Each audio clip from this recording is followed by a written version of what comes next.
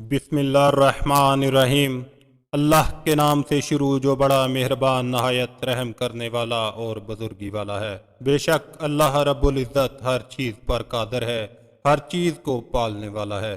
محترم ناظرین گرامی، السلام علیکم۔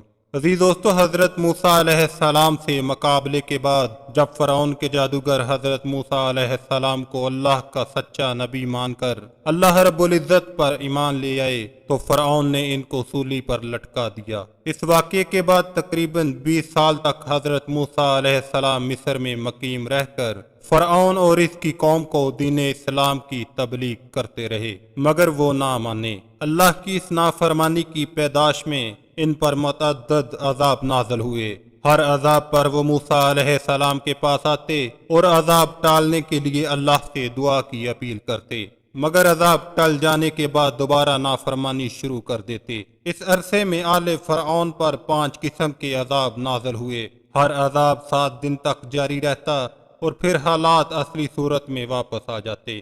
اسی دوران فرعون کی سرکشی اور بنی اسرائیل پر اس کے ظلم و ستم جاری رہے۔ بالآخر اللہ رب العزت نے وحی کے ذریعے حضرت موسیٰ علیہ السلام کو حکم دیا کہ اپنی قوم کو لے کر مصر سے نکل جاؤ۔ چنانچہ آپ رات کے پہلے پہر بنی اسرائیل کے تقریباً 6.5 لاکھ مردوں، عورتوں اور بچوں کو ساتھ لے کر بحر کلزم کی طرف نکل پڑے۔ قوم بنی اسرائیل پریشان تھی کہ موسیٰ علیہ السلام ہمیں کہاں لے کر جا رہا ہے۔ پیچھے فرعون اور آگے ٹھاٹھے مارتا سمندر، لیکن موسیٰ علیہ السلام نے اپنی قوم کو تسلی دی کہ میرا رب میرے ساتھ ہے، آپ پریشان نہ ہوں۔ ادھر فرعون کو صبح کے وقت موسیٰ علیہ السلام اور اس کی قوم کے نکل جانے کی خبر ملی تو وہ بھی ایک باری فوج لے کر ان کے تعاقب میں نکل پڑا۔ جب موسیٰ علیہ السلام اور ان کی قوم بحر احمر کلزم پر پہنچے تو وہی ہوئی، اے موسیٰ علیہ السلام اپنا عصا پانی پر مار۔ حضرت موسیٰ علیہ السلام نے جب عصا پانی پر مارا تو اس میں خشکی کے 12 راستے پیدا ہو گئے،